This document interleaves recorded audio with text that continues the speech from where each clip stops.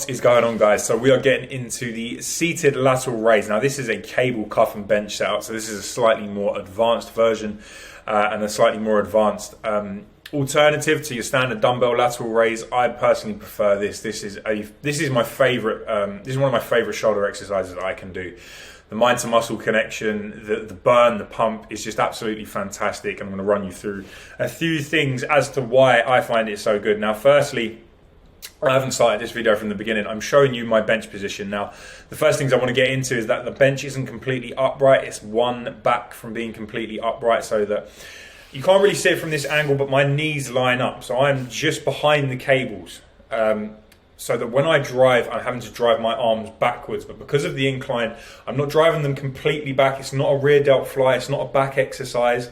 Again, the cables are low, so I'm having to pull them up and back. But because the cables are then in front of me, I'm still getting that driving force. It's still driving my arms back forward. In terms, that is just going to keep those deltoids under that constant tension. And when I get to the bottom of this rep, I don't let the yellow balls cross. Now, those are going to be a really good reference. As you can see, the pin here, the stack, is still very much in action. So even when I'm holding it there, the bottom of the movement, there's no shut-off period. So the deltoids are really under tension throughout every single second of this exercise, which is another reason why it's so good, why it provides such an amazing pump, an amazing burn, and that mind to muscle connection. As you'll see, I have my own set of cuffs on here. I do recommend that clients buy these, to be honest, because they're so hard to come by in the gym. You know, you've always got that person using them, or you come in and you just can't find them. So they're just fantastic little things to have in the gym bag, and to get you, there's so many exercises that you can perform with this. You see that often that people are using them for leg day, for glutes. I like to use these for shoulders, for triceps. It's really nice, which I'll get into more as we go on through this library.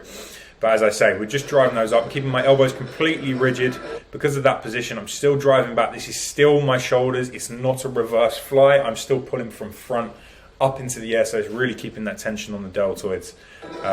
Just a really, really fantastic movement. I absolutely love this. Obviously, it's going to be dependent on what you can get on in terms of like my go-to is the height of the cables is set up at the same height as my knees, but that's going to be dependent on what kind of cable machine you're using. Obviously, I've been into a lot of gyms where the cables aren't as wide as this, so obviously in turn you're probably not going to need them set up as high. They could probably need to go a little bit lower to keep that constant tension, to make sure that the weight doesn't bottom out, the arms don't end up crossing the cables, like the balls on the cables don't end up getting in the way of themselves.